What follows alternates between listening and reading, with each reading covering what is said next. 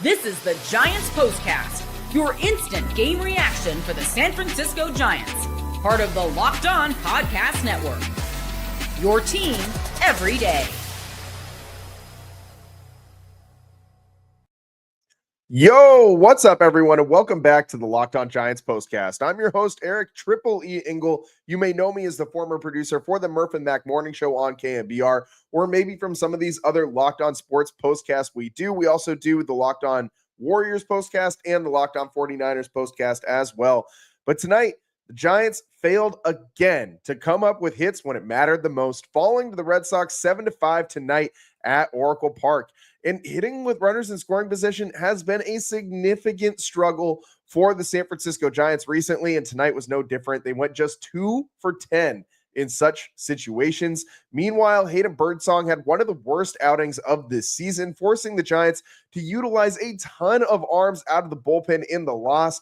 And Rafael Devers did not deliver against his former team. We'll break it all down, but first, I want to thank all of you for watching us on the Locked On Giants YouTube channel. Please, if you aren't already subscribed, hit that subscribe button right now. Thanks also for listening on the Locked On Giants podcast feed. Make sure to check out the Locked On Giants daily show for more in-depth coverage. My guy, Ben Kaspick, always does a great job.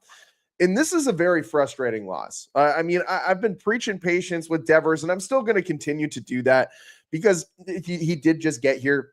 But this was a big game, man. This was a big moment for Rafi to step up and kind of stick it to his former team. I did not expect him to go 0 for 5 today. I had a feeling. I even put some money down on a Rafi Devers anytime home run today. I just had a feeling that he was going to pop one against the Red Sox. He almost did in, I believe it was the 4th inning when he gave one a ride out to left center field.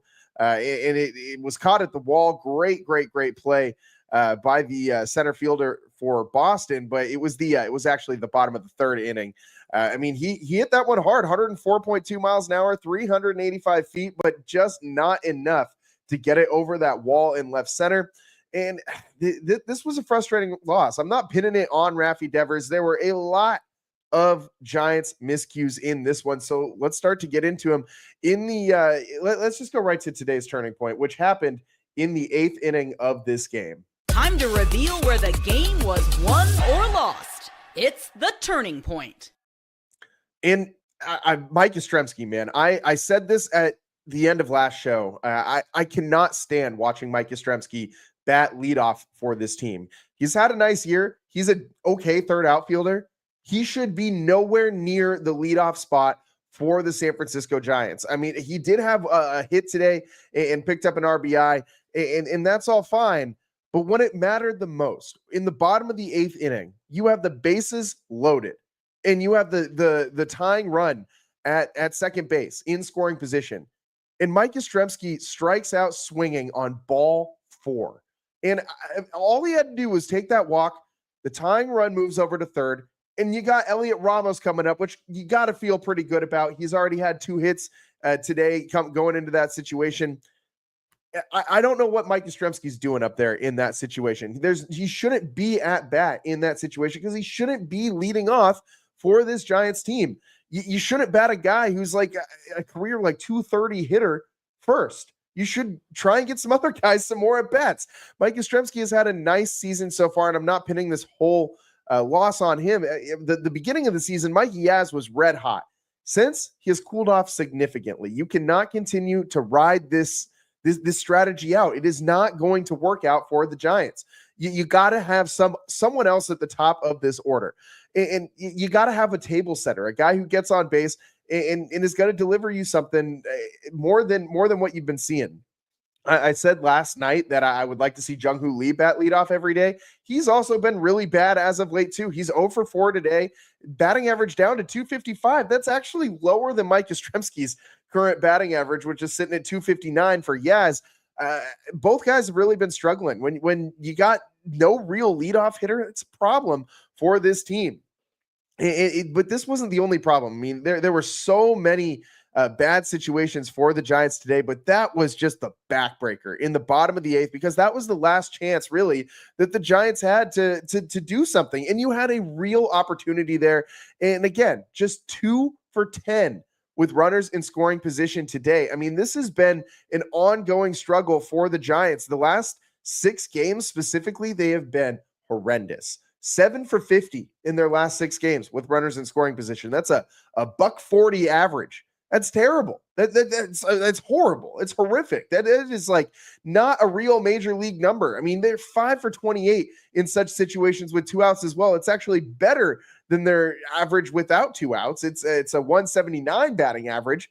That's also garbage. Pat Bailey has a better batting average than that. I mean, just barely. But I mean, you can't have this trend continue. You got to find a clutch gene somewhere. You got to have some pride and figure out how to deliver in these moments. You cannot continue to go out and fall flat like this. It's been really frustrating to watch too. Tonight's game started out pretty entertaining. The Giants and Red Sox were kind of going back and forth offensively.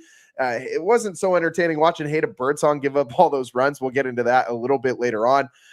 But there were some moments that really just sucked the life out of the Giants rallies. Like they were scoring runs, but they weren't scoring runs in ways that really made you happy about it. I mean, you had Christian Koss twice in this one with the bases loaded, ground into double plays. I mean, he did it once in the second and then again in the 4th inning. You can't do that in that situation. In second base at this point, it's a real problem for the Giants.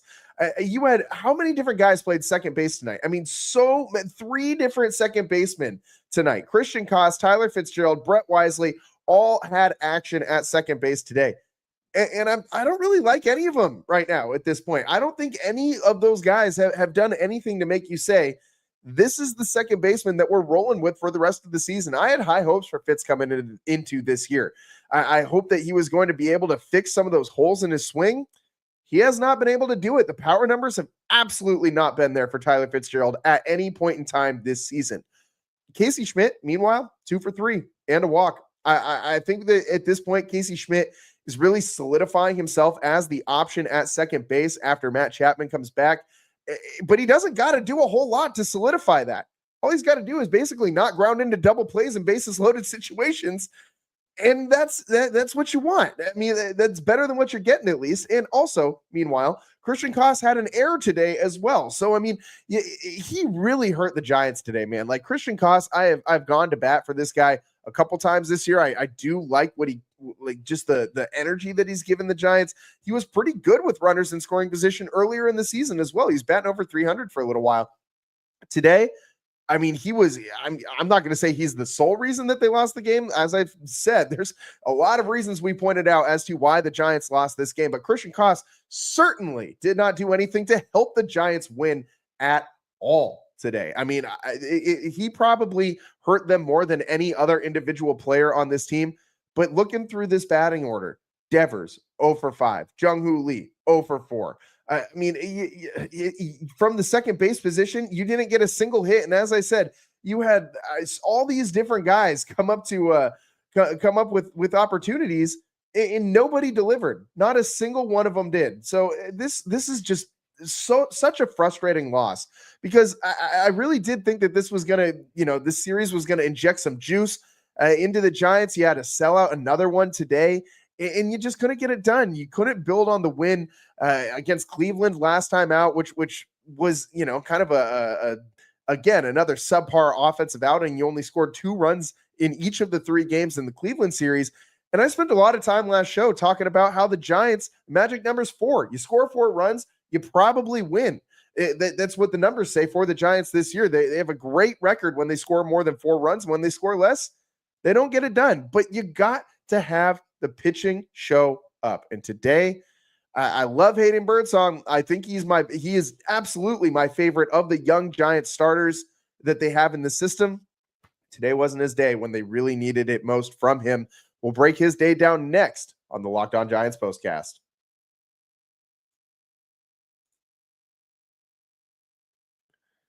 Today's show is sponsored by Wonderful Pistachios. Looking for a snack that's both delicious and nutritious? Crack into a good source of protein with Wonderful Pistachios. Wonderful Pistachios is one of the highest protein nuts.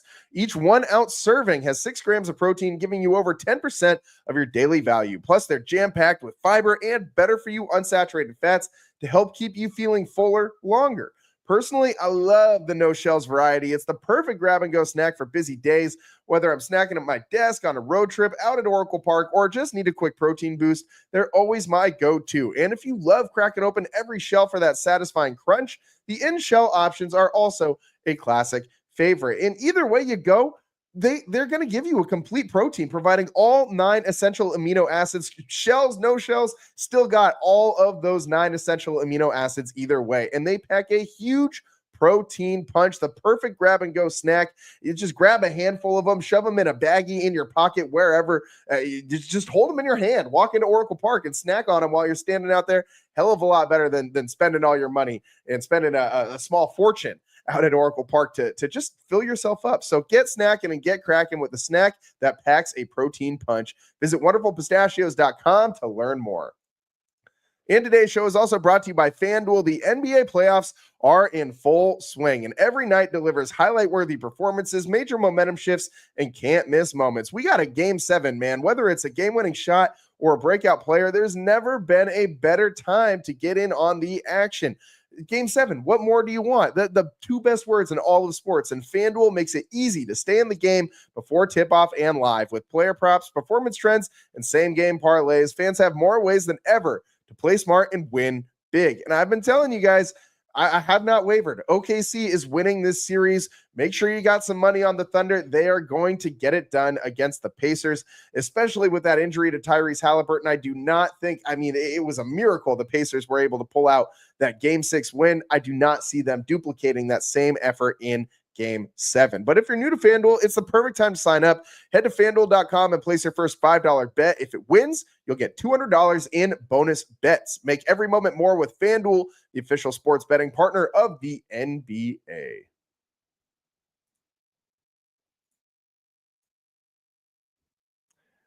Welcome back to the Locked On Giants postcast. I'm your host, Eric Triple E Engel, and tonight, this one was frustrating. All the strikeouts, all the groundouts in double plays that the Giants had tonight with runners in scoring position.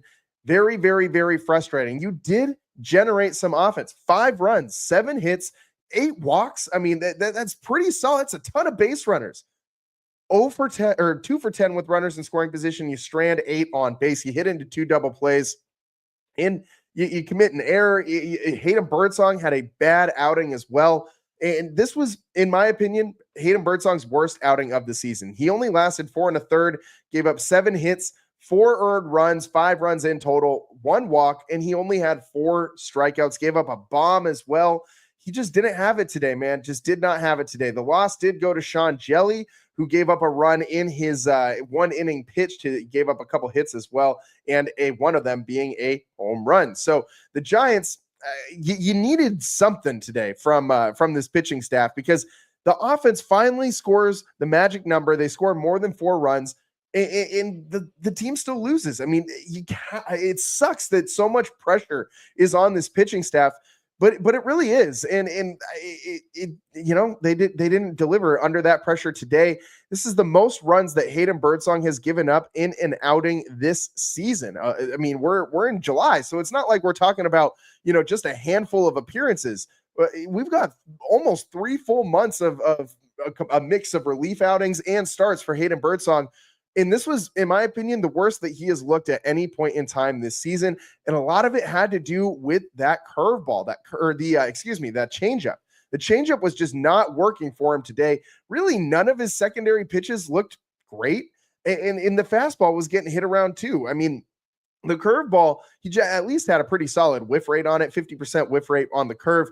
Everything else was kind of below average. He had a 23% whiff rate in total tonight. But that changeup, as I said, was not good for him. And this is a pitch that he developed coming into this season, or changed coming into this season. And it's been pretty effective for him. Throughout the season, he has been solid with that changeup. We've seen some moments where he's been very, very good with it. The batting average against it, 209 coming into this one. One of the best pitches that he has in his arsenal today. That was not the case. Giving up a ton of hard contact off that changeup. He only threw 14 of them. The average exit velo on his changeup today, 104.9 miles an hour. He was getting just rocked every time he threw that pitch up there. And the whiff rate, not very good. It was 0%.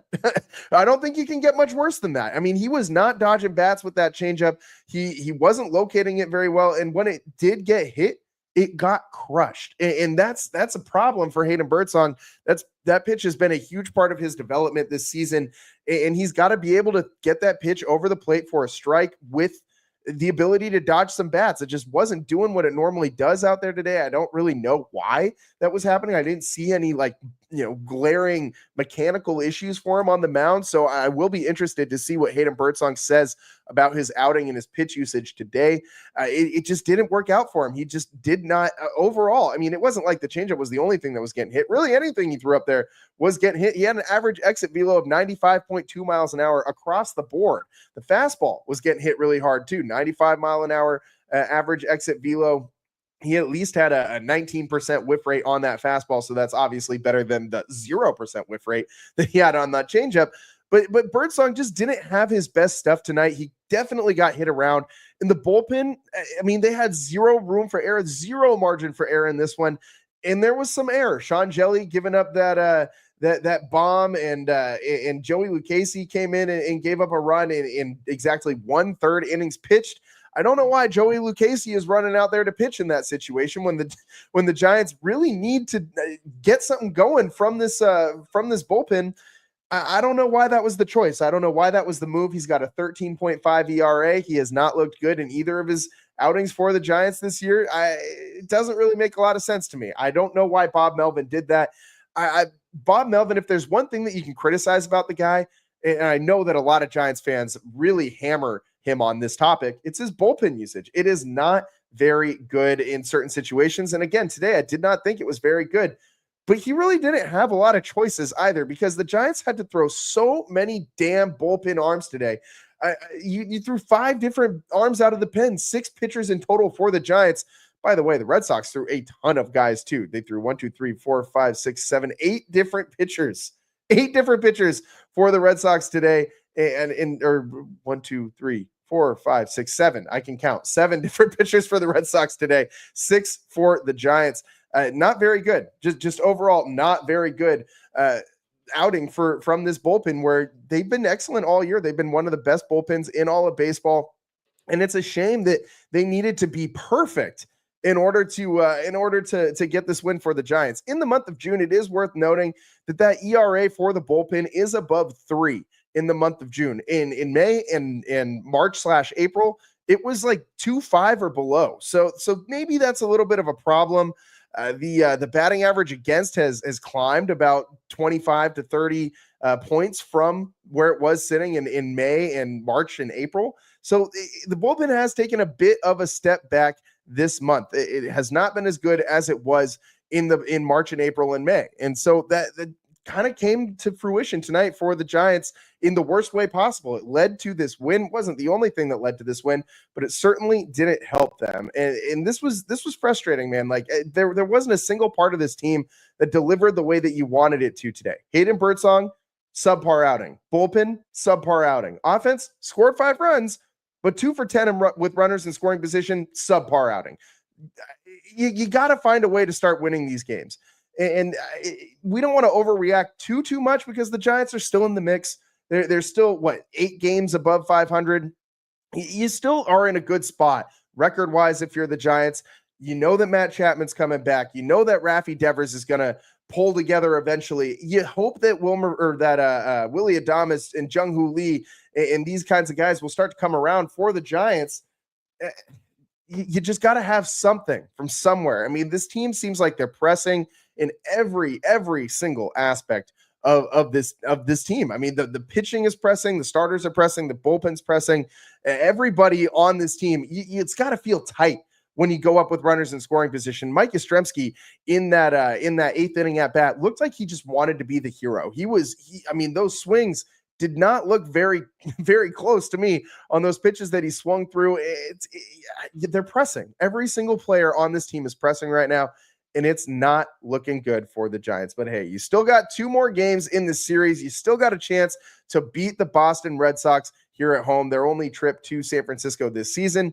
And it would be great to see them win some of these damn games. Jung-Hoo Lee has a jersey giveaway. It's a hooded jersey giveaway on Sunday. So please, Jung-Hoo Lee, show up for your giveaway item day, like Pat Bailey did in April last year when they did the Pat Bailey bobblehead day, and he had that walk-off hit for the Giants on 420/Pat Bailey day. And let's do it. Let's do it again. Jung-Hoo Lee Sunday. I need him to step up. Tomorrow, I need Raffy Devers to step up, and I need him to show up against his former team. It's going to be tough because the Giants are going to need a long day from Landon Roop, and that's going to be a big key to success tomorrow because this bullpen is going to be very, very, very tired after all the arms that the Giants threw today. You absolutely have to get a solid performance from Landon Roop tomorrow that will help this team out in a big, big, big way. So let's all hope for a good day from Landon Roop tomorrow, and hopefully the Giants can get back in the win column. Before we get on out of here, we got to get into what you'll be talking about after this one. This is what you'll be talking about. And what you'll be talking about is basically what we've been talking about all night long on this show. The Giants need to step up in clutch situations. This team, it has like that, whatever the opposite of a clutch gene is. That's what this Giants team has right now. They just look horrible in these big moments, both on the pitching mound right now and at the dish, or at least for tonight, the pitching staff did not deliver in those big moments. But the offense specifically has to find a way to step up in these moments because they have just been so bad. We talked about it earlier. Over the last 6 games, they are batting sub 200 in these moments, sub 150 in these moments. You got to have more than 7, something better than 7 for 50 with runners in scoring position. This is just getting ridiculous at this point. Somebody, please, for the love of God, get Logan Webb a bat and let him pitch hit at this point. Like, I mean, try something. I mean, might be better than what you're seeing from some of these other Giants at bats. It looks bad right now for the Giants. So you got to figure it out in some way. We didn't do a player of the game today. You know why? Because I couldn't figure out who the hell to give it to on this Giants team. There wasn't a single player that stood out to me as like, that guy really contributed today in a big, meaningful way. Like, not a single Giant to me felt deserving of that, and I didn't want to give it to a Red Sox. So you know what? We don't have a player of the game for today. So maybe we'll have one for you tomorrow. Hopefully we do, and hopefully there's some more exciting things to talk about with the Giants because, man, I am getting so tired of watching this team just flounder with runners in scoring position. That's all the time that we got for you guys today. Thanks so much for all of you guys tuning in, all of you everydayers in the chat. I see it. Even my guy Walter Ika Balsetta chimed in. Oh no, we suck again. The Giants. This fan base loves to live and die based on every single game. I'm not overly concerned because the Giants are still 6 or 8 games above 500. But you got to find a way to stop this this recent losing skid that they've been on. They've only won 2 games in their last 7 or 8. So I mean, you got to find a way to win tomorrow. That winning cures all. If the Giants win tomorrow, we all forget about the Devers 0 for 5 game. We all forget about Jung-Hoo Lee going 0 for 4 tonight. We forget about, maybe you don't forget about Christian Koss grounding into those 2 double plays and making that error because you probably want to make a change at second base that is a little bit better than what we've been seeing. But winning solves all. Winning fixes everything. Winning makes you feel less tight at the plate with these runners in scoring position in these big moments. Win tomorrow. It fixes a lot.